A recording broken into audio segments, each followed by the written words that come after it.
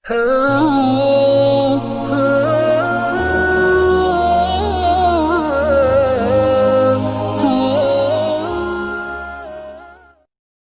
sekalian yang dirahmati Allah Subhanahu wa taala, yang semoga selalu dijaga hatinya oleh Allah Subhanahu wa taala agar selalu thiqah billah, agar selalu percaya dan yakin kepada Allah Subhanahu wa taala.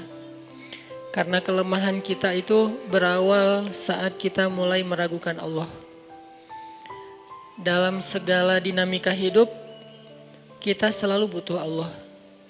Kita butuh Allah ketika Allah kasih kita ujian, bahkan tetap kita butuh Allah ketika Allah kasih kita nikmat. Kalau kita butuh Allah saat diuji, agar kesabaran kita terjaga. Karena orang yang tidak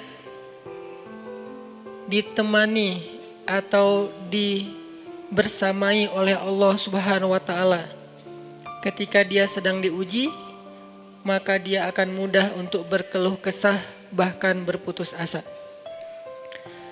Kebersamaan Allah kepada dia saat dia diuji itu adalah Allah Subhanahu wa taala menghibur hatinya. Allah Subhanahu wa taala menenangkan hatinya. Allah Subhanahu wa taala menghidupkan hatinya dengan nikmat iman. Ala bidzikrillahi tatmainnul qulub.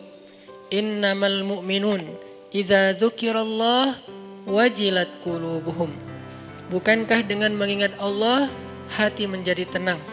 Dan orang yang beriman apabila diingatkan dengan nama Allah, disebut nama Allah, maka hatinya akan bergetar.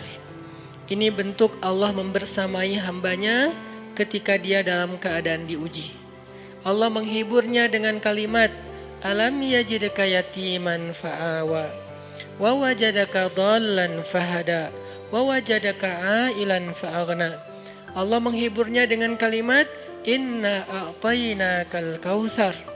Allah menghiburnya dengan kalimat, Kalla saya'lamun, summa kalla saya'lamun.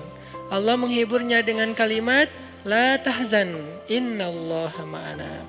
Ini adalah ketika Allah membersamai seorang hamba saat dia dalam keadaan diuji. Allah membersamai hamba juga ketika dia dalam keadaan diberi nikmat.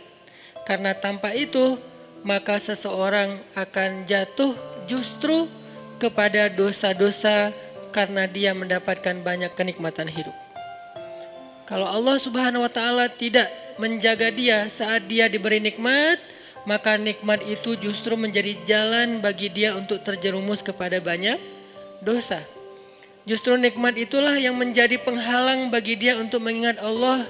Karena dia sibuk menikmati hidupnya, akhirnya dia terhalang dari mengingat Allah tepat waktu.